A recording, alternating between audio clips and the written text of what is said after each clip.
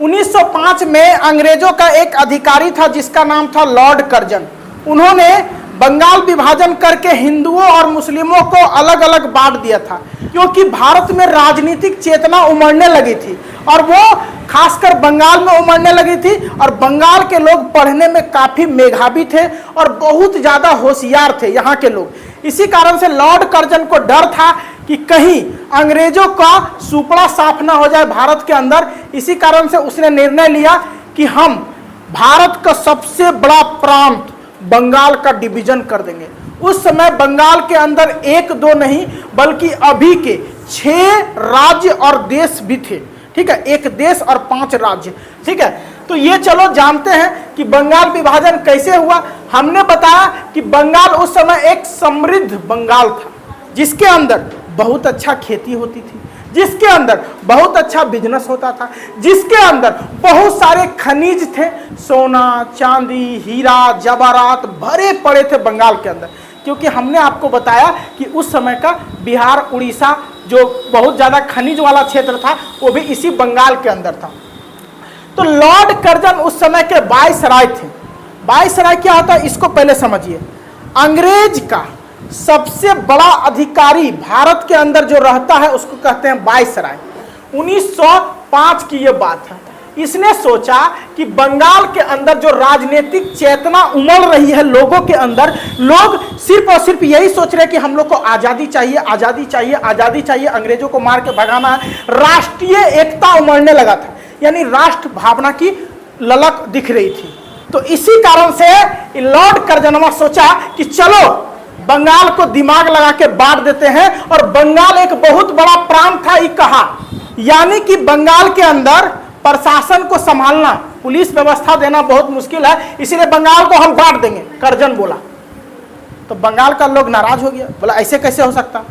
अब सब लोग नाराज नहीं हो सकता, लेकिन बंगाल में जिसे अपना नेता समझते थे नेता सब क्या हो गया, नाराज हो गया। लेकिन उसके नाराजगी से इसको कोई फर्क नहीं पड़ा और 20 जुलाई 1905 को घोषणा कर दिया कि बंगाल को 2 भागों में बांट देंगे, पूर्वी बंगाल और पश्चिमी बंगाल, पूर्वी बंगाल और ये सारा प्लान था कि राजनीतिक चेतना ना उमड़ जाए इसके अंदर, इसीलिए ये ऐसा करना चाहता था। और उसके बाद कर्जन ने जैसे ये घोषणा किया सब लोग एकजुट होना शुरू हो गया। गुजरात से, महाराष्ट्र से, उधर आपका असम साइड से, उधर ऊपर से कश्मीर से, हर एक जगह से लोग आने लगे। और 7 अगस्त 1905 को एक विरोध प्रदर्शन जारी कर दिया जिसका नाम रखा बंग भंग। बंग भंग यानी बंगाल में जो आपने लागू किया इसको हम लोग भंग करते हैं। और इस बंग भंग के तहत एक बात रखा था वो लोग था स्वदेशी और बहिष्कार। स्वदेशी मतलब होगा कि अपने देश का सामान का यूज करेंगे चाहे कुछ भी हो जाए, और विदेशी सामानों का बहिष्कार कर देंगे। यानी अंग्रेज का बनाया हुआ, अंग्रेज का लाया हुआ, अंग्रेज का पढ़ाया हुआ, अंग्रेज का फैक्ट्री, अंग्रेज का हर चीज को हम लोग आज के बाद यूज नहीं करेंगे। अंग्रेज को मजबूरन यहां से छोड़ के जाना पड़ेगा। इसी कारण से इसी बंग भंग का निर्णय लिया ये लोग 7 अगस्त 1905 को कि बंगाल में जो वो लोग निर्णय लिया उसको भंग कर देंगे, यानी रंग में भंग डालना। तो उसी तरह बंगाल का जो निर्णय लिया कि हम लोग पार्टीशन करेंगे, इसको भंग करने के लिए ये लोग तैयार हो गया। 7 अगस्त 1905 को भंग कर दो, ठीक है, हम लोग स्वदेशी अपनाएंगे और देश को बचाएंगे, बहिष्कार करेंगे विदेशी सामान का, अंग्रेजों का बनाया हुआ कुछ भी सामान यूज नहीं करेंगे। जैसे अंग्रेज यहाँ से ले जाता था नील, और नील से कपड़ा उपड़ा तैयार करके उसको रंग उनके भारत में आके बेचता था सुंदर बना के। तो उस समय के बहुत सारे नेता बोले हम लोग स्वदेशी अपनाएंगे, देश को बचाएंगे और बहिष्कार करेंगे विदेशी सामान का। चाइना, अमेरिका, यूएई अभी हमारे देश में सबसे अधिक सामान बेचता है। ये सारे सामान जो बेचता है चाइना, अमेरिका, यूएई, वो सारा सामान हमारे देश में भी है। क्या मोबाइल हमारे देश में नहीं बनता है? बनता है ना। फिर भी हम लोग चाइना के खरीदते और अमेरिका का खरीदते और सरकार को गाली देते हैं कि भारत सरकार बहुत गलत कर रहा है। वो लोग विदेशों को ज्यादा छूट दे दिया, विदेशी सामान मंगाता। अरे बेवकूफ, हम लोग विदेशी सामान खरीदते हैं तब ना भारत सरकार मंगाता है। भारत सरकार किसी का सामान बैन नहीं कर सकता है। आप बोलेंगे सर बैन कर देना चाहिए, उसको मंगाने नहीं चाहिए। तो दुनिया का कोई भी देश किसी भी दूसरे देश में सामान बेचना बंद नहीं कर सकता है, सरकार उसको मना नहीं कर सकता। हम ही लोग यूज करने छोड़ देंगे तो सामान बिकना बंद हो जाएगा। आज हम लोग चाइना का लाइट लगाते हैं, आज हम लोग चाइना का हर चीज सुई से लेकर एरोप्लेन तक यूज करते हैं। आत्मनिर्भर भारत भी तो बन सकते हैं, जिसमें कि सुई से लेके एरोप्लेन तक सब हमारा देश अपना बनाए। हम लोग सरकार को प्रेरित करें कि यूट्यूब, गूगल, फेसबुक हर चीज बनाइए भारत के अंदर। समय लगे कोई दिक्कत नहीं, लेकिन बनाइए। और अगर ऐसा होगा तो हम लोग भारत का सारा सामान यूज करेंगे। एक व्यक्ति था जिसका नाम था राजीव दीक्षित। 30 नवंबर 2010 को ये मारे जाते हैं।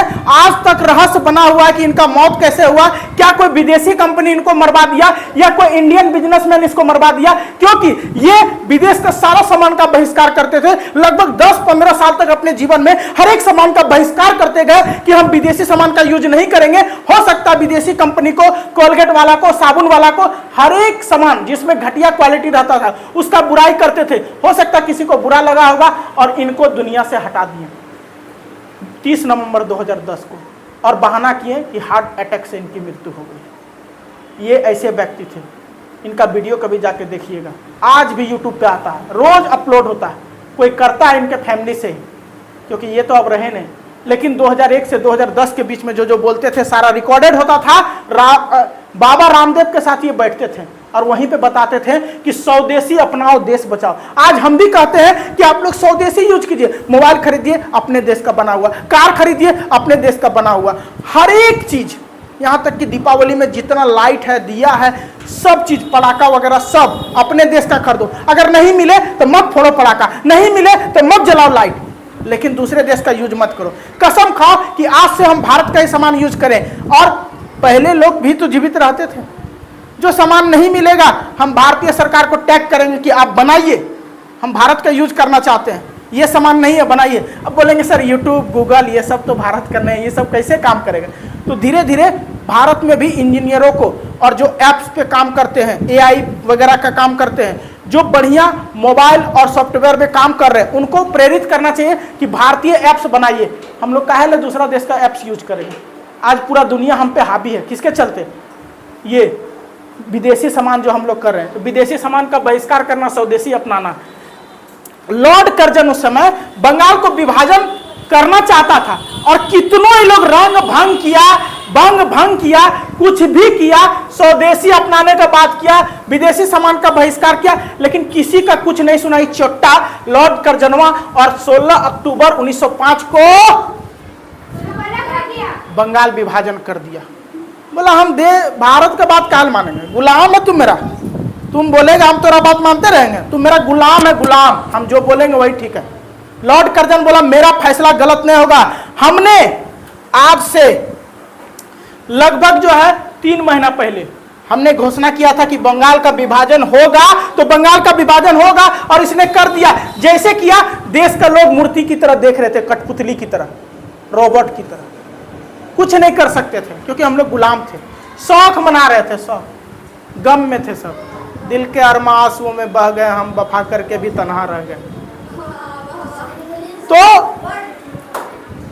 वो लोग, हम लोग वफा किए थे अंग्रेजों के साथ, हमारे किसान उसको सब सामान देते थे, और वफा करके भी हम तन्हा रह गए, कुछ नहीं मिला हमको, कुछ नहीं मिला, शौक मनाते रह गए। जब 16 अक्टूबर 1905 में जब बंगाल का विभाजन किया, उपवास मनाने लगे देश के लोग, महिलाएं सब। देखना ज्यादातर देखिए घर में कुछ भी होगा ना तो लड़की सब और महिला सब उपवास मनाना चालू।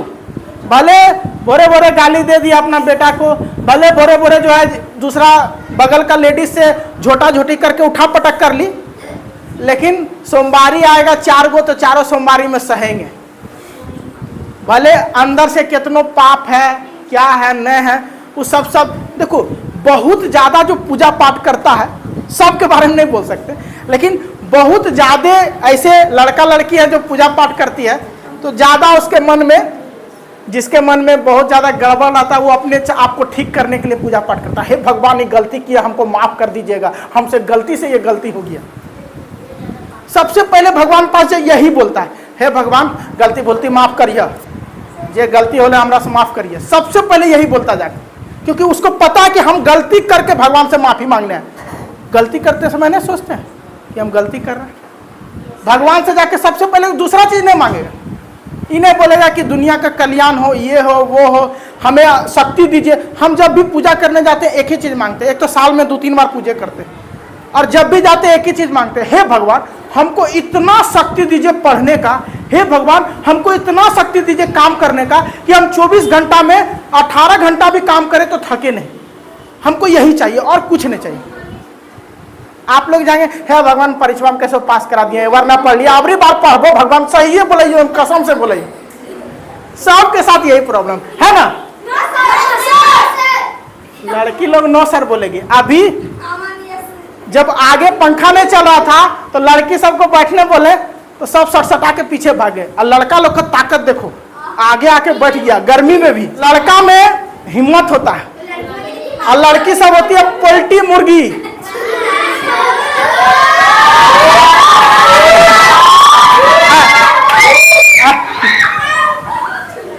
तो खैर लड़की लोग को पोल्ट्री मुर्गी बोले तो लड़का लोग को बड़ी खुशी हुआ, लेकिन ये बात हकीकत है। चलो देखो, उपवास करना गलत बात नहीं है, लेकिन मन में गलत धारणा लेके उपवास करना गलत बात है। इसलिए आज के बाद उपवास करना तो भगवान से एक ही चीज का प्रार्थना करना, शक्ति दीजिए पढ़ने का, शक्ति दीजिए नौकरी लेने का। यह शक्ति मत दीजिए कि चोरी करके हम परीक्षा में पास हो जाए। यह शक्ति मत दीजिए कि हे भगवान हमको कैसे पास करा दीजिए, अबरी से पढ़ेंगे। तो भगवान भी बोलेगा अबरी फेल कर देते, तुम अबरी पढ़ना तो तुरा पास करा देंगे। भगवान भी बड़ी होशियार है, हे भगवान 10 किलो लड्डू चढ़ाएंगे, इस बार पास करा दीजिए। भगवान बोलेगा 10 किलो पास कराएंगे तो तुमको 50,000 रुपये मिलेगा ग्रेजुएशन पास करने वाला, हमारा 10 किलो लड्डू। उस 50,000 में कम से कम 10,000 दो हमको, ठीक है। गंगा स्नान करने लगी महिलाएं सब, पुरुष सब, कि भगवान हम लोग को जो साथ किया लौट कर जन्मा, बहुत गलत किया। राखी बांधना शुरू कर दिया हिंदू मुस्लिम को, मुस्लिम हिंदू को, कि हम लोग अलग नहीं होंगे। लेकिन कर्जन अपना काम कर चुका था, ठीक है, और ये पार्टीशन कर दिया। देखो जो हम लोग देश में उपज नहीं होता है, जैसे पेट्रोलियम, डीजल, पेट्रोल, ईंधन, ये सब हम लोग के देश में ज्यादा उपज नहीं होता। थोड़ा सा महाराष्ट्र तमिलनाडु तरफ होता है समुद्र के अंदर, लेकिन ज्यादा नहीं होता। तो पेट्रोलियम हम लोग मंगाएंगे, लेकिन जो हम लोग के देश में है उस हम लोग इस्तेमाल करेंगे, स्वदेशी इस्तेमाल करेंगे आज से, ठीक है। लेकिन कर्जन अपना काम कर चुका था, इसने बंगाल विभाजन कर दिया। और बंगाल विभाजन जैसे किया तो बंगाल में उस समय 6 प्रांत थे जो अभी अलग अलग है। उस समय हमारे देश की जनसंख्या लगभग 22 करोड़ था, जिसमें से सिर्फ 8.5 करोड़ बंगाल के अंदर था। इसी कारण से बिहार, झारखंड, उड़ीसा, पश्चिम बंगाल, उसके बाद आपका अभी का बांग्लादेश, और साथ ही असम, 7 सिस्टर जो असम प्रांत में आता था, सब इसी के अंदर था। सोच के देखो कि 8.5 करोड़ जनसंख्या सिर्फ बंगाल में था, 22 करोड़ जनसंख्या में। 1905 की यह कहानी है। उसके बाद जब अलग हुआ पश्चिम बंगाल और पूर्वी बंगाल, तो पश्चिम बंगाल के अंदर दार्जिलिंग, बिहार, उड़ीसा, ये तीनों अलग हुआ, जिसकी राजधानी पश्चिम बंगाल की रहेगी कलकत्ता, जो अभी भी है।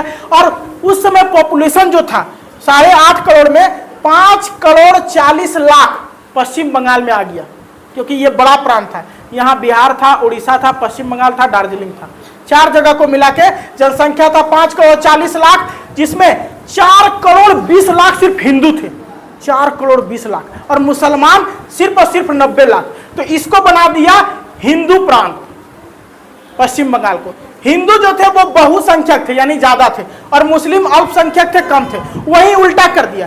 पूर्वी बंगाल में क्या किया कि 1 करोड़ 80 लाख मुसलमान और 1 करोड़ 20 लाख हिंदू कर दिया, जिसमें बहुसंख्यक कर दिया मुसलमानों को, और टोटल जनसंख्या इसका 3 करोड़ 10 लाख। दोनों को मिलाएंगे 3 करोड़ 10 लाख और 5 करोड़ 40 लाख, 5 करोड़ 40 लाख तो हो जाएगा 8 करोड़ 50 लाख। ये जनसंख्या थी उस समय।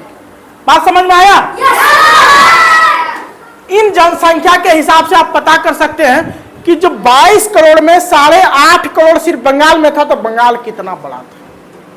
और पूरे बंगाल को अगर अंग्रेज कब्जा कर लेता तो उस समय आसानी से देश पे कब्जा रख सकता था। इसलिए बंगाल उसके हाथ से छूट रहा था। राष्ट्रीय चेतना जाग रही थी, जिसके वजह से वो चाहा कि बंगाल को हम अब अलग करेंगे। अब क्या किया कि अंग्रेज सब दोनों को भड़काना चालू किया और सबसे पहले चाहा कि हम मुस्लिम को भड़काएंगे, क्योंकि हिंदू सब जल्दी नहीं भड़कता। कारण एक है कि मुस्लिम उस समय और आज भी एक ही भगवान को मानता जो अल्लाह, और हिंदू सब का लाखों देवता है, शंकर भगवान, राम भगवान, ये भगवान, वो भगवान, बहुत देवता है। मुस्लिम सब शुक्रवार को जुम्मा के दिन एक जगह एकजुट होता है। हम हिंदू को कितनों बोलेंगे एकजुट होने नहीं होगा। इसी कारण से वो बोला मुस्लिम को भड़काना आसान है, क्योंकि मुस्लिम एकजुट होगा और एक के भगवान को मानता और एक जगह रोज जुटता है शुक्रवार को, तो चलो मुस्लिमों को भड़काते हैं। मुस्लिम को बोलना चालू किया कि तुम्हारे मस्जिद के आगे सुअर काट के फेंक गया, और सुअर हराम होता है मुस्लिमों के लिए, तो मुस्लिम सब भड़क गया। जहां पे ज्यादा मुसलमान था वहां बोला देखो तुम अपने अधिकार के लिए लड़ो, कांग्रेस वाला तुमको ठग रहा है। कांग्रेस में ज्यादा नेता, बड़ा बड़ा नेता सब जो है वो खुद हिंदू है, मुस्लिम में कौन है? तो बोला ये तो सही बात है। अब मुसलमानों को भड़काना चालू कर दिया। उसके बाद जहां कम मुसलमान था, जैसे पश्चिम बंगाल में, वहां भी भड़काना चालू कर दिया कि तुम लोग कम है, एकजुट होकर रहो।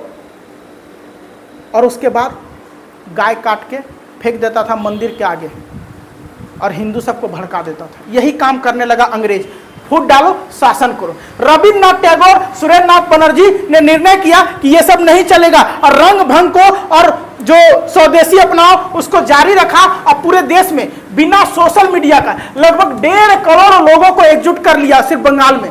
और उसके बाद क्या किया कि 1905 से लेके 1911 तक, 6 सालों तक ये लोग पीछे नहीं हटा। रविन्द्रनाथ टैगोर, सुरेंद्रनाथ बनर्जी और भी बहुत सारे लोग थे। अब बिना सोशल मीडिया का 1.5 करोड़ लोग जमा करके आंदोलन करते रहा।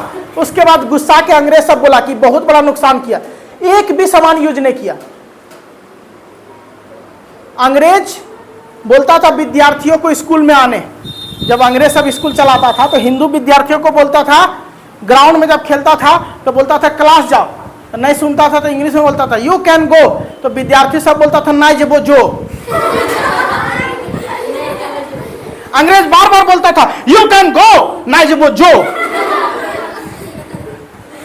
हिंदू विद्यार्थियों का यही कहना था, नहीं पढ़ेंगे तुम्हारे स्कूल में, नहीं काम करेंगे तुम्हारे फैक्ट्री में, नहीं कुछ करेंगे तुम्हारा बनाया हुआ सामान का यूज। तुम जितना भी सामान बना के लाता है ना, कपड़ा, उसके बाद घर का सामान, फैक्ट्री का सामान, कोई भी चीज तुम्हारा यूज नहीं करेंगे, सब चीज का बहिष्कार कर दिया था। और 1.5 करोड़ आदमी एकजुट हो गया था बिना सोशल मीडिया का, बिना फेसबुक, व्हाट्सएप, गूगल, यूट्यूब का। सोच के देखो उस समय के लोगों में कितना एकता था। और आज हम लोग सब चीज रहते हुए भी एकजुट 10 आदमी जमा नहीं कर पाएंगे, इतना मुश्किल है। अभी का लोग इतना स्वार्थी हो गया, और उस समय देखो कितना बड़ा चेतना था। उसके बाद जब मामला बिगड़ गया तो 1905 के बाद भगा दिया लॉर्ड कर्जन को, बोला तुम बहुत ग्रस्त है, भाग यहाँ से। लॉर्ड कर्जनवा को भगा दिया और उसके बाद लॉर्ड मिंटो को लाया। लॉर्ड मिंटो के पास बहुत सारा मुस्लिम लोग गया और बोला कि देखिए हम लोग को अधिकार चाहिए। लॉर्ड मिंटो बोला एकदम तुम लोग जो चाहता वो होगा, लेकिन किसी तरह फूट डालो, शासन करो, होते रहना चाहिए, अंग्रेज चाहता था। उसके बाद 1911 तक नहीं रुका, अंग्रेज को बहुत नुकसान हुआ स्वदेशी अपनाने के कारण और विदेशी का बहिष्कार करने के कारण। और उसके बाद वायसराय लॉर्ड हॉर्डिंग थे उस समय। सबसे पहले 1905 में था लॉर्ड कर्जन, 1906 में बन गया लॉर्ड मिंटो, और 1911 में था उस समय लॉर्ड हॉर्डिंग। लॉर्ड हॉर्डिंग जब वायसराय था इंडिया के अंदर, तो उस समय गेस्ट के रूप में वहां का महाराजा आ गया, इंग्लैंड का राजा महाराजा। बोला ऐसे नहीं, हम लोग को जाके मनाना पड़ेगा भारतीयों को, नहीं तो अब इंग्लैंड का सुपड़ा साफ हो जाएगा भारत के अंदर। तो फुसलाने के लिए वहां से क्वीन मैरी, किंग जॉर्ज पंचम, 2 गो आया था, क्वीन मैरी और क्वीन मतलब महारानी, क्वीन मैरी और किंग जॉर्ज पंचम दोनों आया था। इस दरबार में किंग जॉर्ज पंचम ने भारत की राजधानी को सबसे पहले दिल्ली बनाया। पहला काम उसने किया कि भारत की राजधानी को दिल्ली बना दिया, क्योंकि बोला दिल्ली में इंडिया गेट है, दिल्ली के अंदर राष्ट्रपति भवन है, दिल्ली के अंदर लाल किला है, दिल्ली के अंदर सब चीज है जो एक राजधानी बनने के लिए होना चाहिए। इसलिए दिल्ली को राजधानी 1911 में घोषणा किया और 1912 में भारत की राजधानी क्या बन गई? दिल्ली। याद रखिएगा, कभी भी इतिहास के बारे में ये सूचना आए, पूछे कभी भी किसी भी एग्जाम में, तो बोलिएगा 1912 में भारत की राजधानी कोलकाता से दिल्ली हो गई, नई दिल्ली। दरबार में बंगाल विभाजन को रद्द करने की भी घोषणा हो गई और दूसरा फैसला लिया। पहला दिल्ली को राजधानी बनाया और दूसरा फैसला लिया कि बंगाल विभाजन रद्द करो। लेकिन लॉर्ड कर्जनवा काम कर चुका था जो उसको करना था। हिंदू मुस्लिम को तोड़ना था, तोड़ चुका था। 1906 में मुस्लिम लीग का अलग गठन हो गया और वहां से मुस्लिम और हिंदू का लड़ाई जो चालू हुआ, पाकिस्तान बन के छूटा। सोच के देखो। तो जो भी किया ये लोग अच्छे किया। लॉर्ड हार्डिंग उस समय के वायसराय थे, क्वीन मैरी उस समय महारानी थी इंग्लैंड की जो आई थी, और जॉर्ज पंचम महाराजा थे, राजा थे वहां के, तो वो आए थे। तो तीनों मिल के फैसला लिया कि सबसे पहले फैसला लिया कि दिल्ली को राजधानी बनाओ, दूसरा फैसला बंगाल को रद्द करो, बंगाल विभाजन, यानी अब फिर से हिंदू मुस्लिम एक होंगे और बंगाल में पार्टीशन वगैरह सब खत्म कर दिया। लेकिन जो होना था हो गया, ठीक है। 1912 में बिहार अलग हुआ, 1936 में उड़ीसा अलग हुआ, और इस प्रकार से धीरे धीरे धीरे धीरे मुस्लिम सब ताकतवर होते गया और कांग्रेस से लड़ने लगा, और धीरे धीरे मुस्लिम का एक अलग संगठन बना और पूरी तरीके से भारत को तोड़ दिया था। जो चाहता था लॉर्ड कर्जन 1905 में, वो 1947 में जाके पूरा हुआ। हिंदुस्तान पाकिस्तान दो देशों में बट गया और उसके बाद देश को बर्बाद कर दिया। आज तक पाकिस्तान हम पे हमला कर रहा। अगर लॉर्ड कर्जन नहीं होता, बंगाल विभाजन नहीं होता, तो शायद पाकिस्तान अलग नहीं होता और पाकिस्तान इतना अटैक हम पे नहीं करता और इतना आतंकवादी के थ्रू हमारे आम लोग नहीं मरते, अगर उस समय वो चोट्टा लॉर्ड कर्जन ने होता। तो उम्मीद है यह जानकारी आपको पसंद आई होगी। अगले वीडियो में हम बताएंगे 1906 जब मुस्लिम अलग हुआ था और मुस्लिम का एक अलग संगठन बना।